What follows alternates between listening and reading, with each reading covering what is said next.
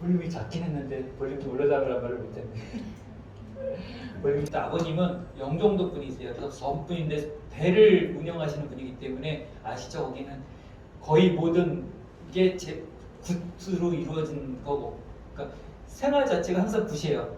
그 어머니는, 그 아버지 쪽은. 근데 어머니는 이제 개석분이시고 결혼하셨는데 어머니가 현명하시게 그 가운데서, 그런 가운데서도 이렇게 항상 이제 저희들한테, 우리 아들 둘한테 계속 하나님의 말씀을 하셨고, 하나님이라는 존재에 대해서 말씀을 하시고, 그래서 항상 교회는 유치원 때부터, 캐톨릭 유치원을 다녔는데 그때부터 이제 그 생활을, 신앙생활을 했다고 하지만 그 전부터 계속 그냥 알고 있던, 어머님이 계속 말씀하시고 그런 걸 귀에 들어갔고, 항상 그렇게 그냥 그러니까 믿음 생활은 아니고 그 하나님과 같이 걷는 생활을 했는데, 한편으로 그 어머니가 항상, 아버지는 그걸 반대는 안 하셨어요. 되게 우리 아버지가 뭐 현명하신 건지 아니면 어머니 가정의 평화를 위해서 하셨는지 모르지만 아버지는 한 번도 반대하진 않으셨어요. 근데 어머니는 항상 저한테 말씀을 하셨고,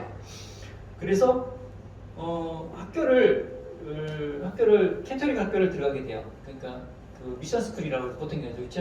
초등학교 미션 스쿨을 들어가면서 또 교회도 다니고, 그러니까 주중에는 미션 스쿨, 그러니까 12시 땡 하면 기도해요.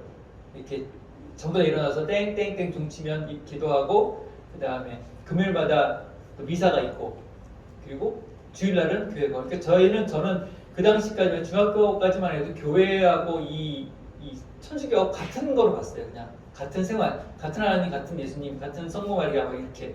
근데 이 교회 가면은 성모 마리아 얘기는 안 하고, 이제 천주교 성당 가면 성모 마리아 이야기 굉장히 많이 하고.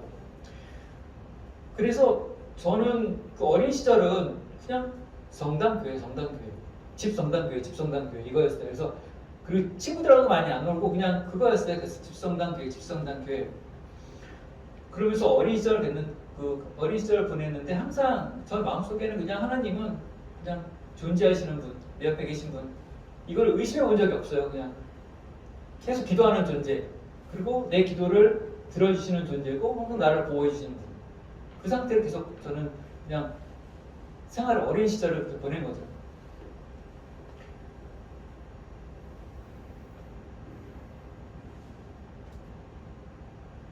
그리고 이제 중학교를 졸업할 때쯤 됐는데 어머니가 너 악기 한번 해보지 않겠냐라고 말씀하시더라고요. 그 당시에 이제 제가 가끔 남들은 좀 안 할지 모르지만 악기 사줘, 모두 사줘 막 그러면서 이제 음악적 관심을 좀 보이니까 어머니가 너 공부도 잘 못할 것 같은데 악기나 이제 악기를 한번 해봐라. 이제 악기를 해보라고 하고, 또 이제 그 당시 친구 아버님이 인천시립합창단 지휘자셨고, 또 친구가 또 첼로를 시작하더라고요. 그래서 샘분하고 그래서 그때 첼로를 이제 처음 만지기 시작해서 첼로를 하기 시작했죠. 그러면서 교회에 이제 반주를 시작한 거예요. 그 당시 한 고등학교 1학년, 2학년 때 되니까 이제 첼로 실력이 돼서 이제 교회 반주를 하기 시작했고, 그 교회가 이제 인천에 있는 제3장로교회라는 곳인데, 그 교회에서 35년 동안 계속해서 반주를 했어요. 그 교회 봉사를, 그 교회 다니는 기간 포함해서 한 35년 정도를 계속 그 교회 다니면서 달란트라고 항상 그 교회에 이쪽에는 안 앉아봤어요. 항상 교회에서 성도님들을 바라보는 쪽에 앉아서 예배를 드렸지. 30년 동안 이렇게 이쪽에서 이쪽을 보고 예배드리는 게 되게 어색한 게, 예배를 드려서 항상 이렇게 보고 예배를 드렸으니까. 그리고 음악대학이라는 데를 들어갔고, 음악대학에 들어가 보니까 다 기독교인인 거예요. 거의 90%가. 서양음악이 그렇잖아요. 피아노과도 그렇고, 피아노과는 다 반주하고 있고, 관현악가들도 다 자기들 교회에서 반주하고 있고. 그래서 난 우리나라 전체 사람들이 다 기독교인인 줄 알았어요. 그러니까 내 주변에 기독교인이 아닌 사람이 없었던 거예요. 대학교 졸업할 때까지도 계속 만나면 기독교인, 한 교회 다니는 성당 다닐 때 그런 사람들만 있었지, 기독교 아닌 사람들을 못 봤어요, 살면서. 그래서 세상 사람들이 다 기독교인인 거라고 난 거의 그렇게 생각했어요. 왜냐면 내 주변에 기독교가 아닌 사람이 없었고, 또 말하면 그런 뭐 공격도 없었던 거예요. 저는 다 기독교인이니까 서로 그냥 즐겁게 얘기하고. 그래서 대학교 때는 이제 당연히 고등학교 교사, 중등부 교사, 그다음에 교회 중고등부 성가대 지휘 뭐 계속 그렇게 교회 생활을 한 거죠. 계속해서 그 당시에 또 성경 공부도 아마 그때가 제일 열심히 했던 것 같아요. 그래서 뭐 그때 이제 웨스트민스터 신앙고백서를 많이 공부를 그때 그 교회에서 많이 시켰거든요. 그러면서 신앙에 대한 기초가 많이 섰던 것 같아요. 그리고 항상 내가 이렇게 살아서 숨쉬는 동안 그때까지는 제가 달란트 쓰임을 받는다고 표현한 거는 제가 첼로 반주하고 제 주변의 모든 환경이 기독교이고 그 기독교에서 내가 내 마음대로 내 달란트를 통해서 하나님께 봉사할 수 있었고 그런 쓰임이 계속 있었어요. 그래서 날마다 항상 진짜 숨쉬는 순간순간마다 항상 하나님이 계속 계셨어요. 여러분도 마찬가지일 거예요. 이제는 날마다 진짜 숨쉬는 순간마다 하나님의 그 감사함이, 하나님의 도우심이 항상 있을 거라고 생각해요. 형님 날마다 숨쉬는 순간마다를 좀 틀어주시고 여러분들도 같이 그 하나님의 날마다 숨쉬는 동안 저에게 감사하게 베풀어진 은혜에 대해서 기도를 하면서 있으면 좋겠어요.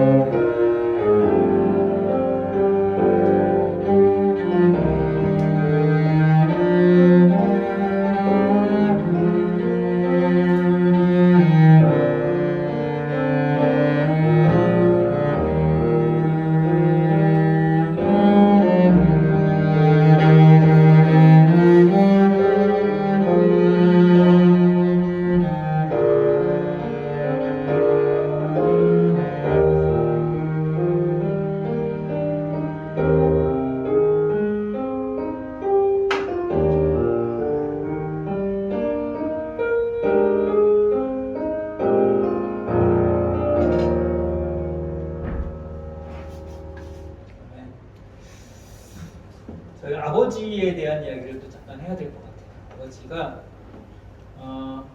믿는 분은 절대 아니셨어요. 믿는 분은 절대 아니시지만 방해하지 않으시는 분이었고, 저희가 교회에 아버지가 이제 딱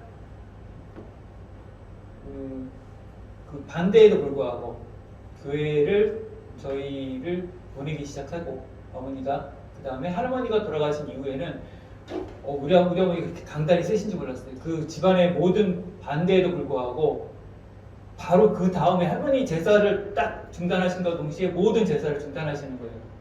그리고 그냥 오늘부터 기독교야 우리는, 우리 집안에, 그래 버리신 거예요.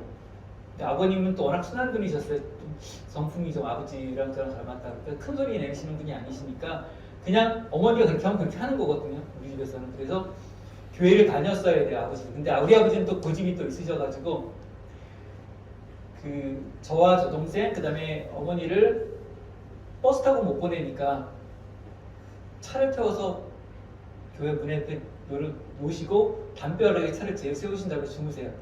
그 생활을 10년 넘게 하시는 거예요. 계속 그렇게 생활하세요. 근데 그러면서도 또 동네, 교회는 동네잖아요. 그러니까 어느 정도 거리에 또 다 장로님들 계시고 그러시니까 또 교제는 또 하세요.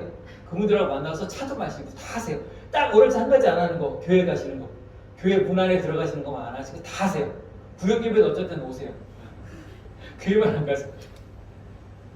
그런데 제가 풍족하게 살았어요. 되게 어렸을 시기에. 제가 첼로 배울 정도면 굉장히 좀 아버지가 사업도 크게 하시고 풍족하게 사셨는데, 제가 대학을 졸업하고 이제 유학을 준비하고 있을 때였어요. 이제 믹싱 엔지니어를 공부하러 가려고 그 녹음실, 이제 믹싱 엔지니어, 클래식 녹음하는 그런 엔지니어 공부하러 독일에 다 서류 넣어놓고 그러는 도중에 갑자기 아버지가 아프시다는 거예요. 저는 생각도 못했는데 아버지가 아프시다고, 대학 졸업하자마자 할 거예요. 한 얼마 있다가. 그랬더니 굉장히 심각하게 어머니가 아버지가 많이 아프시대. 이제 병원에 갔는데 이제 간암이신 건데 너무 많이 발전하신 거예요. 그래서 간암 판정을 받고 딱 한 달 반밖에 못 살았어요. 그리고 바로 돌아가셨어요. 그러면서 이제 저의 인생이 많이 바뀌게 되죠. 아버지가 한 번도 난 돈 걱정 없이 살았고 한 번도 그랬는데 아버님이 돌아가셨는데 남긴 게 이만큼이 종이만 남아 있는 거예요. 받을 돈, 어음 발행해서 어음으로 받아놓은 돈들만 이렇게 있는데 아무도 돈을 안 주네. 내가 어리니까 돈 가서 달라 그러면 그냥 안 만나주거나, 아니면 정말 만나주는 사람 가보면 정말 쓰러져가는 집에 살고 있거나. 그러니까 그 다음부터는 내가 생활을 책임져야 되는 거예요. 그다음 그렇게 갑자기 힘들어지더라고요. 그래도 근데 저는 음악 했으니까 살아갔었는데, 중요한 거는 그 아버지가 편찮아서 아픈 가운데도 밑밥이 많이 깔려 있잖아요. 교회 담벼락에서 들은 찬양, 그 다음에 장로님들하고 목사님들하고 교제하면서 받은 이야기들, 이게 밑바닥에 쫙 깔려 있으니까 아버지가 그렇게 아프시고 막 힘들고 죽겠으니까 그때는 부여잡으시더라고요. 그리고 목사님 그러니까 돌아가시기 한 일주일 전 정도에 목사님 불러달라고 하고, 성령님 불러달라고 하고, 신앙 고백하고. 그러니까 지금 안 믿으시더라도 아버지 부모님들 이분들한테 밑밥을 계속 따셔야 돼요. 밑밥을 계속 깔아놓으면 그 밑밥이 언젠가 자라나서 정말 그분이 필요할 당시에 그 말씀이 생각나는 것 같아요. 그래서 아버지가 그때 이제 저희는 전혀 생각 못했는데 어메이징 그레이스 나 같은 죄인 살리신을 한번 들려달라고 하더라고요. 그래서 노래를 이제 같이 불러드리고, 아버지 돌아가셨을 때 딱 끊어지시는 순간 그 귀는 맨 마지막에 끊어진다고 하더라고요. 신경 중에서 제 귀가 남아있다고 하더라고요. 시력 다 없어지고 그럴 때에도 귀는 남아있다고 하더라고요. 어느 정도. 그래서 돌아가시는 그 순간에 이제 온 가족이 모여서 어메이징 그레이스를 불러드리면서 아버님을 보내드렸어요. 그래서 아버님이 제 생각에는 뭐 그거는 확실치 않겠지만, 제 생각에는 그래도 그건 그 아버님이 자기 자신이 자기 입으로 고백하셨고, 그리고 또 돌아가시는 순간까지도 부여잡고 가신 것 같아요. 그래서 아버님이 그나마 그래서 구원받아서 돌아가셨을 때 이제 가셨다고 생각을 해요. 그러니까 저는 그런 거 볼 때 뭐 당연히 구원이 어떤 믿음, 성경 구절 이런 것도 중요하지만 또 한가운데 자기 이 가운데 우러나는 그 하나님에 대한 존재를 인식하고 말할 수 있는 그 기회가 주어진다면 뭐 장로교든 어떤 다른 교회에서도 충분히 뭐 구원이 없지 않다고 생각을 합니다. 근데 아무래도 저희 같은 경우가 좀 동침례교회가 조금 더뭐 정확한 이론을 바탕으로 해서 좀 더 좀 구원에 대해서 정확한 그 개념을 쓰고 구원에 이르기 쉽겠지만 뭐 다른 곳에서도 충분히 하나님이 역사하시는 그런 기독교에서 역사가 있으시라고 믿고요. 그래서 아버님에 대해서는 항상 마음이 항상 짠해요. 항상. 그리고 너무 일찍 돌아가셨어요. 그러니까 제 나이에 돌아가신 거거든요. 지금 딱 제 나이. 그래서 굉장히 그래도 하나님이 함께 하셔서 저희 가정에 또 그 끝나는 숨이 끝나는 순간까지 아버님을 보내주신 것에 대해서 항상 감사한 마음으로 살아가고 있습니다.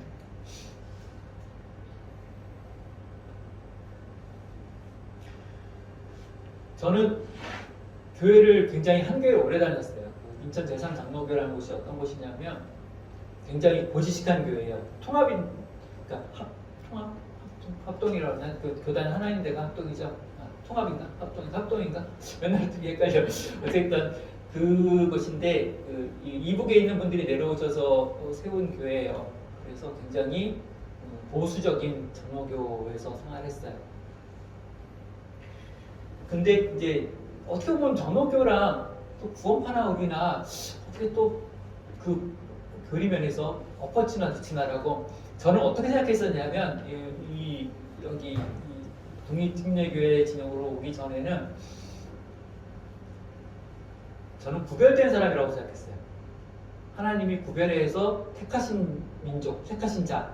그래서 굉장히 우월감에 있었어요. 나를 하나님이 택하셨기 때문에 그리고 나는 창세전부터 이미 택함을 받은 사람이기 때문에 내 어떠한 일을 해도 나는 택함 받아서 살아가는데 하나님이 항상 나를 키워할 거다라는 그런 믿음이 있었고요. 그 다음에 저는 제사장이라고 생각했어요. 레이 지파라고 생각했어요. 항상 살면서. 왜냐하면 내가 아까 말씀드렸죠? 이렇게 예배를 드렸다고. 이렇게 드린 예배가 아니고 이렇게 예배를 집관하는 제사장의 지위를 20년, 30년을 이뤘기 때문에 나는 당연히 레이 지파라고 생각했어요. 나의 지파는. 그래서 그러니까 레이 지파의 구원 하나님으로부터 특별히 택함받은 자. 그러니까 그냥 택함받은 자가 아니고 특별히 택함받은 자라고 생각하면서 평생을 살았어요. 여기 오기 전까지만 해도 항상. 그러면서 되게 탄탄대로로 살았어요. 아버님이 돌아가셨지만 음악대학 나오고 인천시립교향단에 들어가서 인천시립교향단이 이제 되게 일주일에 3번 정도만 출근을 해요. 3번에서 4번. 많을 때 5번 연주 있으면 가면. 그러면 아침 10시에 출근해서 퇴근이 12시예요. 늦으면 1시. 그리고 1시에서 근데 연주 있는 날, 한 달에 한 2번 정도 연주가 있어요. 그 정기 연주회가. 그날은 저녁 때까지 있는 거고. 그러면 그날 수당도 나와요. 연주 수당도 나오고. 남는 시간에는 개인 레슨을 하죠. 개인 레슨을 하는데 굉장히 레슨비가 인천시장이 세죠.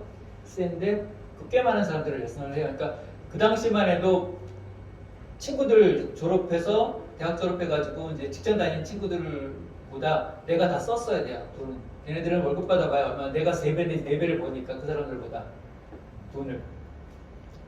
그러면서 생각하면서 그랬어요. 나이 들면 뭐 학원이나 하지 뭐.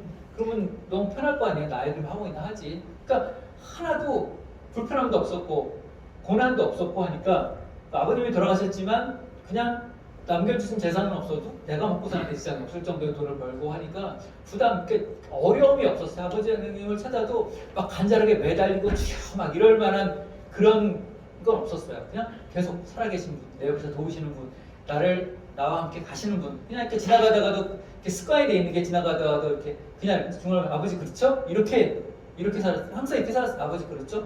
아버지 이건 아닌 것 같은데 혼자말 중얼중얼 하면서 지금도 그렇게 살긴 해요. 항상 옆에 계신 걸 느끼니까, 안에 계신 걸 느끼니까 그렇게 살아가고 있어요. 거기다가 이제 그 탄탄대로를 걷다 보니까 나에 대한 그 자존심이, 그러니까 이게 자존심이 커지니까 자만심이 되는 거예요. 자존심이 커져서 남들이 다 나보고 잘한대요. 컴퓨터 잘한다고 그러지, 뭐 잘한다고 그러지, 뭐 다 잘한대. 막 어깨가 막 올라가고 뭐든지 난 잘할 수 있는 것 같다고 생각해가지고 인천시험을 딱 때리쳐요. 딱 때리치고 아싸 나 이제 난 이렇게 능력 있는 사람이 왜 인천시험에 썼고 있어? 내가 인천시험을 벗어나서 내가 컴퓨터 너무 잘하니까 그때 웹 에이전시 막 인터넷이 막 발달할 시기에 웹 에이전시를 차리면 돈 떼돈을 벌 거야. 이 음악하는 사람들 다 홈페이지 만들어주고 내 운영 관리하고 뭐 할 거야. 그런데 정말 그때 조심했어요. 그때 그냥 가만히 그냥 거기 있었어야 돼요.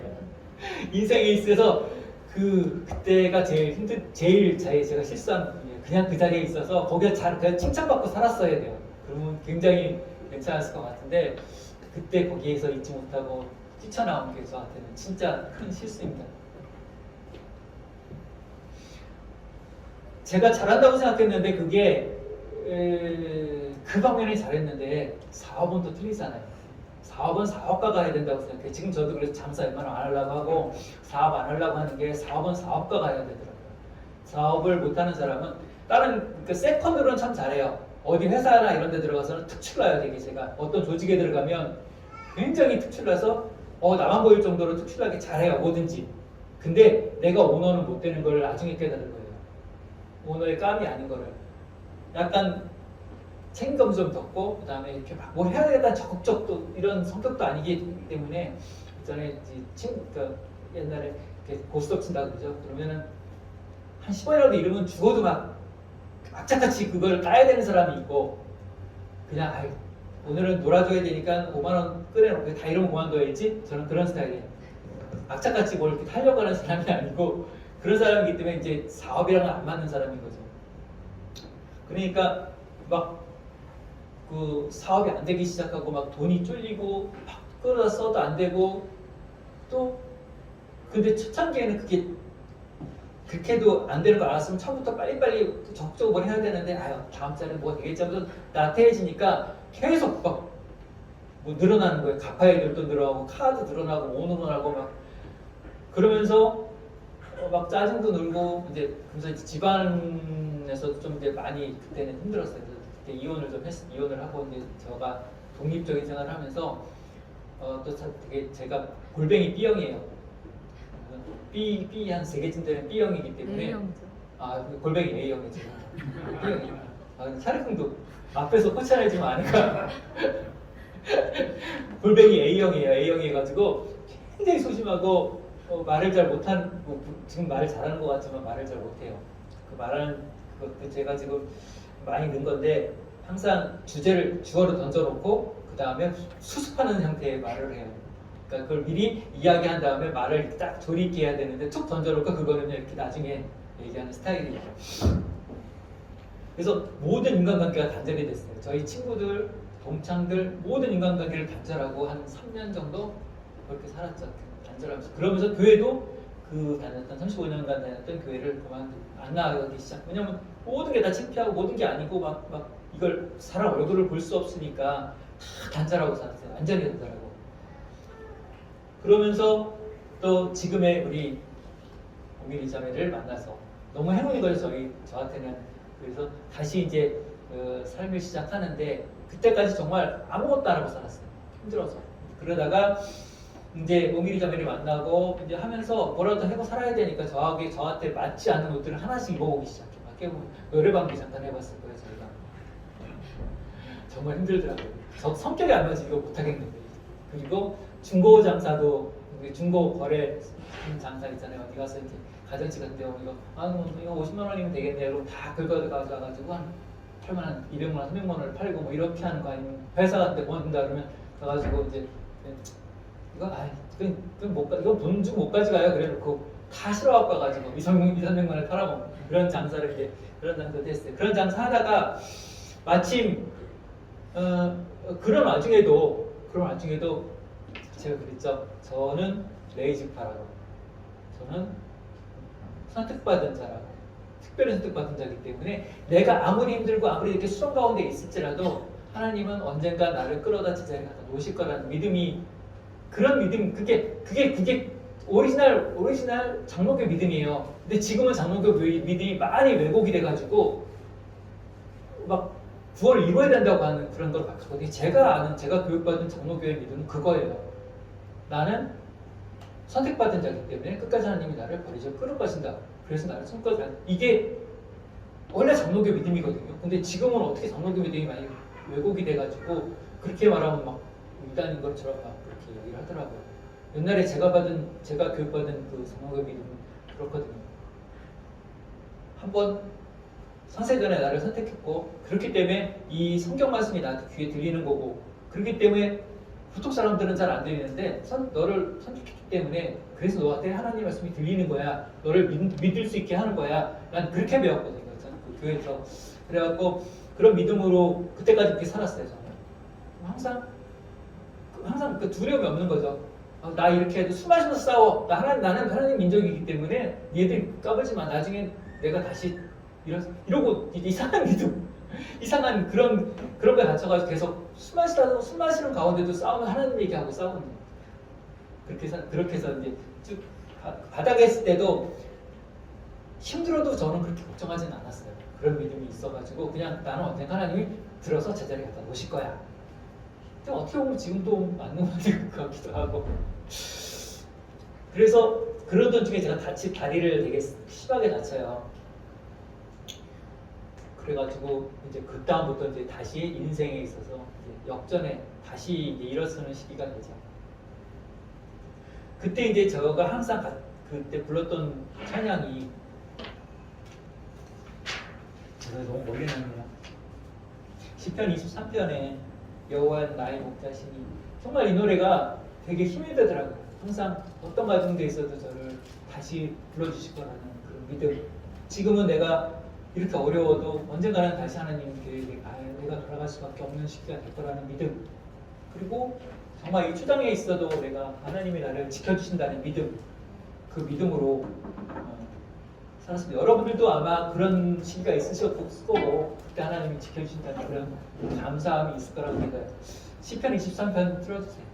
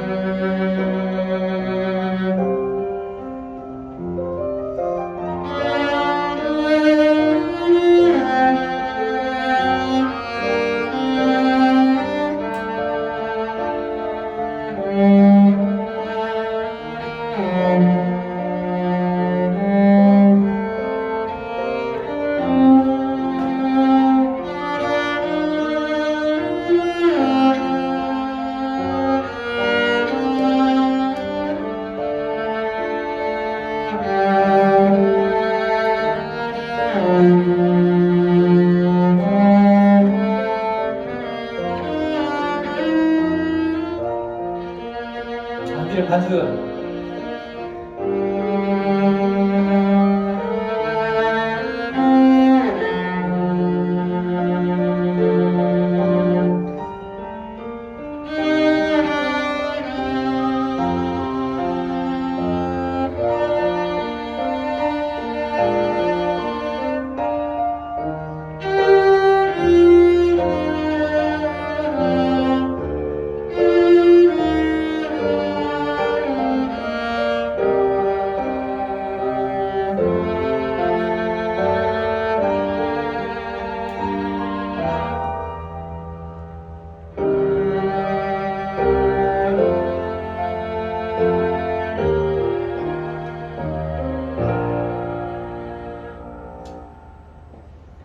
다음에 이런 일이 있으면 자매님들한테 반주를 부탁해야 되겠어. 반주가 들렸다 안 들렸다 해서.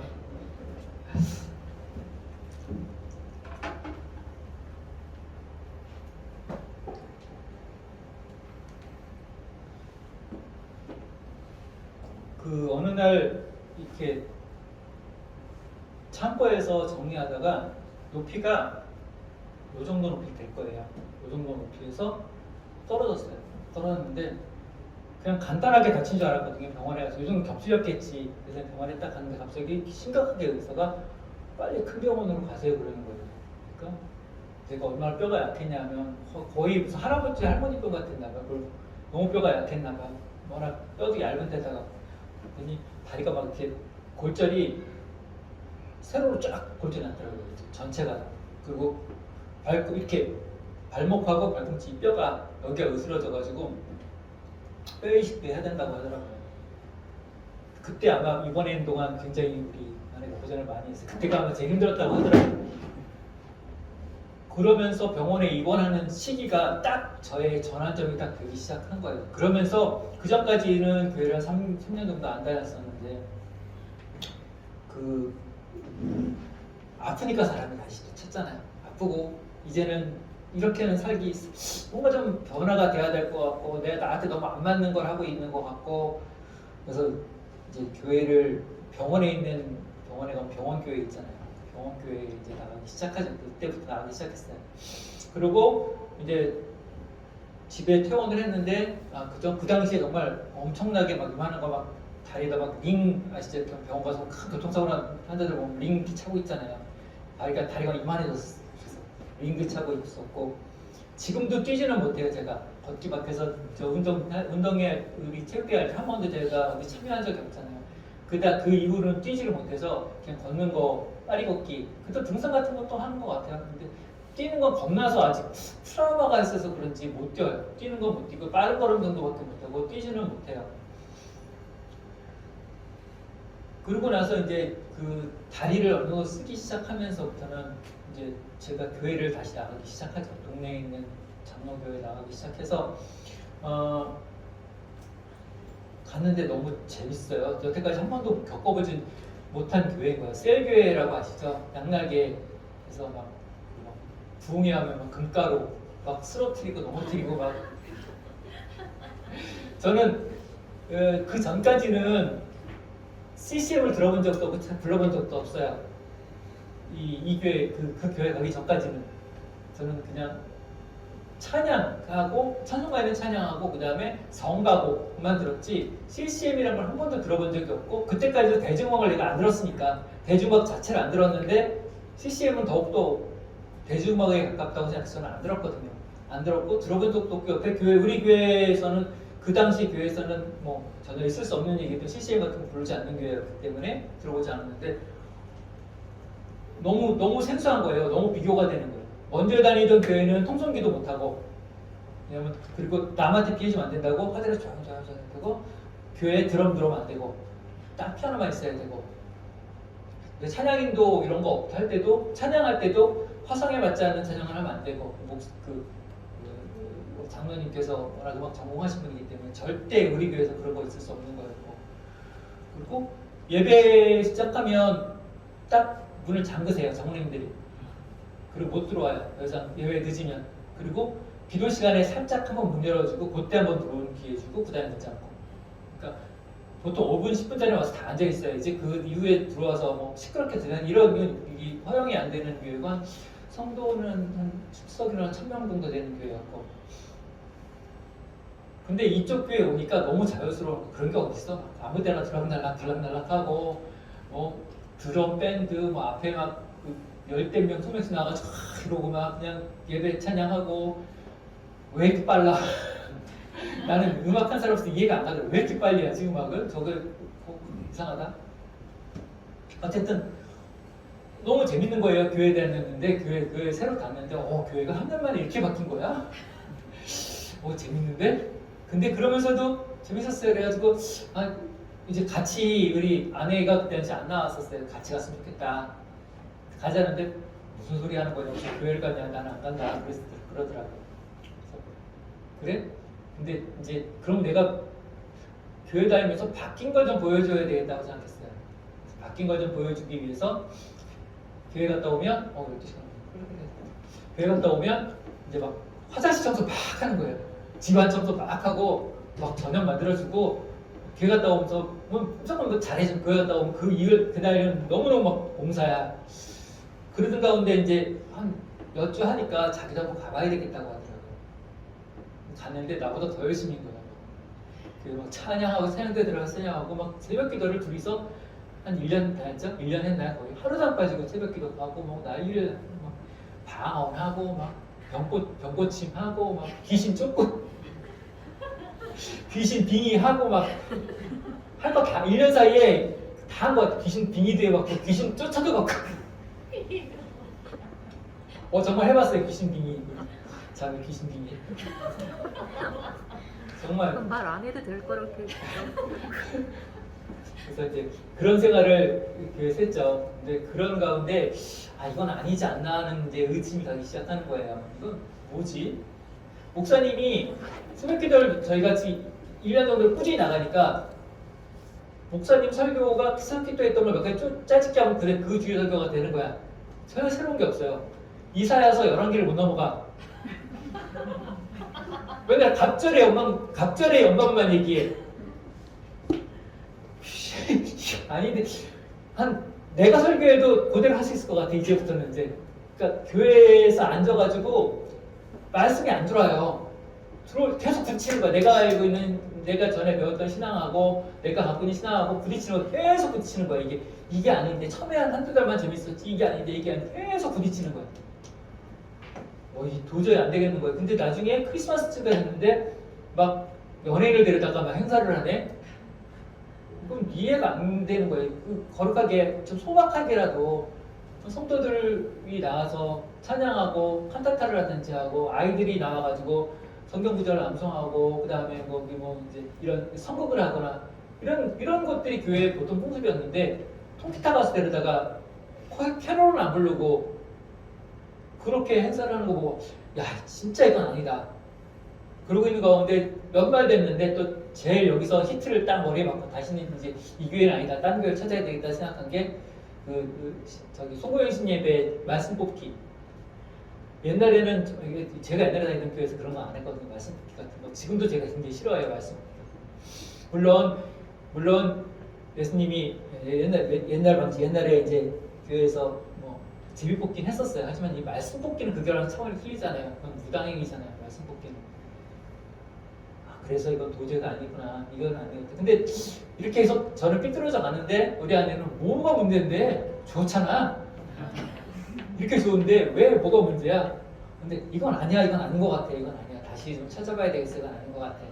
그리고 찾기 시작했는데 그 당시부터 인터넷이라는 게 유튜브라는 게 막 그 당시에 막 퍼져나가기 시작한 시기여가지고 말씀이 막 딱 검색하면 막 쫙 인터넷에 있는 거예요. 그러던 가운데 제가 이제 그 김성수 목사님이라고 혹시 들어보셨는지 모르겠지만 가버나 교회 뭐죠? 그 서바나 교회인가요? 그 김성수 목사님이라고 지금은 자살하셔서 돌아가신 분이신데 그분이 말씀을 듣기 시작했어요. 근데 처음에 들으니까 귀에 딱 들어오기 박혔는데 근데 뭔가 너무 어려워. 그리고 전부 다 비유 해석이야. 해석 자체가 다 비유야. 그러니까 쫙 말씀을 멋있게 쫙 하세요. 근데 다 비유야. 이건 뭐고 이건 뭐고 이건 뭐기 때문에 이건 뭡니다인데 말씀 들으면 정말 그럴듯한데 아닌 거야. 이게 도저히 안 들어와요. 근데 그래도 꾸준히 좀 들어봤는데 그러면서 연관검색이 나오잖아요. 헌금에 대해서 김성수 목사님 물론 말씀하시면 연관검색 헌금에 대해서 다른 분들이 하시는 말씀들이 나오잖아요. 그때 딱 걸린 게 정동수 목사님 말씀이 딱 걸렸어요. 틀리면서 헌금부터 걸렸던 것 같아요. 헌금 걸리니까 이제 방언, 은사, 제가 이건 아닌 것 같다고 생각한 부분들을 검색하면 다 나오잖아요. 그게 다 정동수 목사님 말씀들이 다 걸려 있는 거예요. 이렇게 말씀하시는 분도 있네. 이건 진짜 이게 맞는 것 같은데. 그러면서 제가 이제 권했죠. 아내한테 한번 들어봐 이거 그랬더니 김성수 목사님보다 낫네. 김성수 목사님보다 훨씬 낫네. 근데 또 정동수 목사님을 검색하면 관절 검색어로 나오는 게 정동수 목사님 2단. 굉장히 망설여지는 거예요. 누구나 아마 여기 오신 분들 그런 생각 해보셨던 경험 있으실 것 같아요. 말씀은 맞는 것 같은데 정동수 목사님 2단 또 나오는 거야. 그래도 한번 가보자. 그래서 오전 예배는 일반 다이거교회 다니고 오후 예배 때 사랑침례교회를 처음 갔어요. 사랑침례교회를 처음 가서 앉았는데 오후 예배 딱 들어가는 순간 교회에 들어가는 순간 공기가 틀린 거예요. 느끼는 공기가 남자 교회들은 착 양복 쫙 입고 정갈하지 말씀하지 말 한마디 하더라도 되게 부드럽게 얘기하지 그리고 굉장히 저한테는 충격이었어요. 아 이렇게 교회가 좀 이렇게 거룩해야 되는데 전 교회는 좀 다니고 있는 교회는 그게 아니구나. 그래서 아내하고 같이 그 다음 주 바로 저희는 빨라요. 저희는 생각이 없어. 시골 올 때도 그렇게 생각이 없어요. 올해는 그냥 빨라요. 이동. 그래서 이 교회로 사랑침례교회로 바로 이동을 했죠. 그 다음 주부터. 그러면서 제가 항상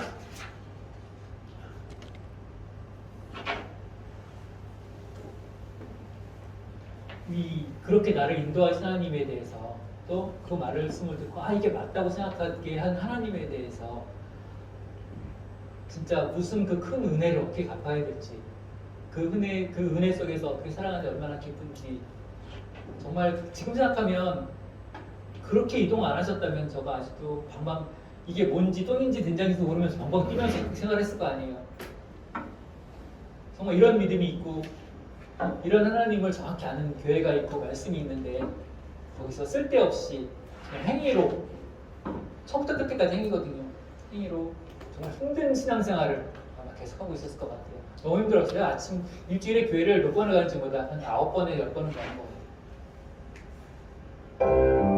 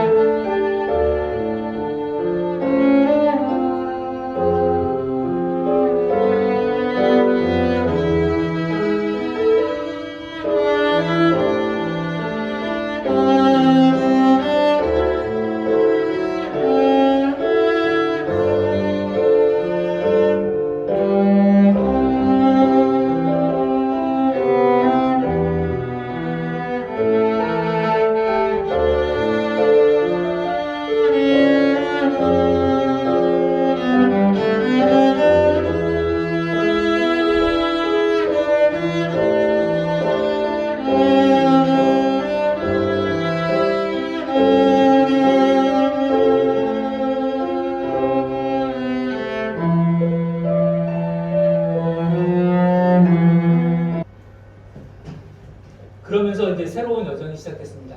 시간을 빨리빨리 끝내야 되겠네요. 그 당시 이제 교회를 사랑치는 교회 다니면서 말씀 가운데 저희가 이제 목사님한테 들은 것 중에 이제 믿음은 단순해야 된다. 믿음 생활은 복잡하지 않게 생활을 해야 된다. 단순할 필요성이 있다라는 말씀이 귀에 많이 와 닿았어요. 그래서 자매하고도 우리 이야기하는 가운데 계속 이제 시골에 대한 갈망이 있었거든요. 먼저 다니던 회사가 너무 좀 스트레스를 많이 받는 스타일이어가지고 회사 얘기 좀 간단하게 해야 되겠네요. 그 당시 이제 제가 아파서 그 교회를 바꾼 다음에 회사를 다시 들어가게 돼요. 후배가 이제 저희 회사 좀 맡아달라고 해가지고 음유를 하는 회사였어요. 음악 율동이라고 해서 이제 그 유치원 같은 데 오면 아이들 음유를 만들어서 선생님 파견을 하면 선생님들이 와서 수업해주고 와서 하는 그 프로그램 개발을 하고 그 전국 지사를 인지 관련 프랜차이즈 회사에 중역으로 들어가서 회사에서 일을 하게 돼요. 월급도 뭐 괜찮았고 매년 이제 월급이 많이 올라가는 스타일이었는데 근데 이제 그러면서 계속 가서 시골 살았으면 좋겠다는 얘기를 은근히 했는데 둘이 앉아서 좀 생각을 했어요. 5년 후에 과연 우리가 5년 후에 이 정도 수입을 벌어가지고 계속 있다고 하면 뭐가 많이 달라지겠나를 생각했는데 그냥 차라리 좀 더 건강할 때 내려가면 좋겠다. 저희가 생각하면 무식하다는 거예요. 딱 결정 난과 동시에 가자. 정말 6개월 만에 딱 시골에 아무 준비 없이 너무 무모한 거죠. 좀 더 이따 왔으면 더 좀 나을 수도 있을까요? 내려오자마자 또 너무 저희는 또 결단이 빠르잖아요. 그 다음 주에 바로 이 교회로 쉼이 없어요. 저희는 그냥 다시 이 교회로 바로 오자마자 출석해서 이렇게 하고 있고 그래서 이제 귀촌에 처음 했는데 이제 귀농으로 바뀐 거죠. 귀농으로 바뀌면서 항상 뒤돌아보면 하나님의 은혜를 느끼고 있어요. 저한테 이제 언제 구원받았습니까? 이제 그런 식의 질문을 한다 그러면 굉장히 저는 애매해요. 그거를 언제라고 무슨 말씀으로 언제 어떻게 무슨 몇 시에 이렇게라고 생각 저는 안 하거든요. 하지만 분명히 나를 구원하신 예수님, 나의 죄가 뭔지 알고 그 죄값을 예수님께서 대속하셨고 그거를 알았었는데 그걸 언제 깨달았다고 얘기하면은 그러면 이게 이해가 이상해지는 거예요. 그때부터 찝으라 그러면 그거였나 저거였나. 최명대님이 저한테 말씀을 하셨어요. 이번 주에 뭐라고 주제 성경 말씀은 뭐로 할까요? 하고 저한테 카톡이 왔어요. 제가 아마 순간 생각한 게 신학 전체를 해야 되는데 너무 많은 말씀이 다 저한테 복합적으로 와 있기 때문에 어느 하나의 말씀이 저한테 돼 있다고 생각하진 않아요. 하지만 정확히 깨달았고 정확히 그거를 고백했고 정확히 좀 구원받았기 때문에 나한테 언제 며칠이라고 얘기하면 저는 글쎄요. 하지만 저는 분명히 구원받았습니다라고 말씀을 드릴 수 있을 것 같아요. 지금도 저희는 굉장히 부족해요. 저희 삶이 넉넉하지 않습니다. 정말 다음 달이 걱정이고 다음 달이 걱정이고 올 1년이 걱정이고 걱정 태산이에요. 정말 여러분이 상상하시는 것 이외로 큰 걱정들이 굉장히 많이 있어요. 그래도 지금 이렇게 아무리 힘들 때 그냥 허공 보면서 아버지 하나님 어떡하죠? 아버지 하나님 좀 어떻게 좀 이러면서 살아가고 있어요. 그러니까 그냥 계셨고 그리고 되돌아보면 또 하나님이 또 계셔서 저희를 이끌어 주셨고 알겠으니까 지금 당장 아버지가 뭘 어떻게 해주는 거 아닐지 몰라도 내가 경험상 되돌아보면 항상 아버지가 저를 해줬으니까 그냥 아버지 그냥 네 아버지 그냥 그거 한번 부르면 그냥 헤쳐나가는 거예요. 그러고 나서 그러면서 지금 뭐 유튜브도 하고 뭐 하면서 이제 조금씩 정착이 돼가는 것 같긴 하지만 겉으로 돼가는 것 같지 속으로는 되게 많은 고민과 걱정거리가 아주 그냥 산더미 같이 쌓여있죠. 그래서 조금씩 발전돼 나가는 게 있어서 희망을 가지고 살고 있고요. 이렇게 힘들고 정말 죽을 것 같고 앞이 캄캄하고 그래도 이 세상에서 가장 힘들고 중요한 일이 죽음이잖아요. 죽음보다 더 한 게 뭐 있어요? 지금 아무리 많이 읽어놓고 갖고 있어도 죽음 이후에는 아무것도 여기는 건 없는 거잖아요. 내가 아무리 부족하고 아무리 빚이 많고 그래도 내가 죽은 다음에 빚을 가지고 빚도 하늘나라에 가지고 가는 거 아니잖아요. 그리고 아무리 많은 돈이 있어도 가져가는 거 아니고 그걸로 리셋이잖아요. 그냥 딱 리셋 버튼 한 번 있잖아요. 근데 그 우리는 리셋 버튼을 해결했잖아요. 구원으로. 그러니 저는 그래요. 무슨 아무리 힘든 일이 있어도 그래 나는 그래 내가 당장 내일 죽고 내가 자살할 지언정 내가 죽음보다 더 힘든 일이 이 세상에 없는데 그건 해결된 거잖아요. 그러니까 아무리 힘든 일이 있어도 저는 그냥 리셋 버튼이 있기 때문에 그리고 해결돼 있고 또 영광스러운 하나님의 아들의 자격이 있기 때문에 그냥 이길 수 있는 거예요. 죽기밖에 더 하겠어? 그럼 그거보다 더 좋은 게 없어. 죽기밖에 더 하겠어? 남들은 죽기밖에 더 하면 그냥 죽는 거잖아요. 아무것도 없는데 우리는 죽기밖에 더 하겠어? 그럼 죽은 다음에 우리는 죽은 다음에 리셋이 있잖아요. 우리 천국 가는 리셋이 있고 거기서 만나 찬양하는 그게 있잖아요. 더 좋은 거잖아요. 그렇기 때문에 그런 믿음으로 저희가 살아가고 있고 또 한 가지는 아내하고 같은 방향을 바라보니까 그게 너무 좋죠. 같은 믿음을 갖고 산다는 게 참 좋은 것 같아요. 또 어떤 부부들은 또 안 그럴 수도 있잖아요. 그게 그 가정에서 굉장히 고민거리일 수도 있는데 우리는 같은 믿음을 갖고 더군다나 같은 성경 안에서 같은 방향을 바라보고 살고 있으니까 너무 하나님의 은혜죠. 그래서 오늘 특별히 제가 이 재미없지만 막 틀리고 난리도 아닌데 이 연습한 거보다 반밖에 안 나오네요. 반주 듣기 위해서도 안 들어오고 다음부터는 이제 아현자매님이 한번 더 이런 기회가 있다면 반주를 좀 해주시면 좋겠어요. 마지막으로 은혜 찬양 들으시면서 은혜 찬양 같이 이제 묵상하시면서 오늘 예배가 말씀을 마치도록 하겠습니다.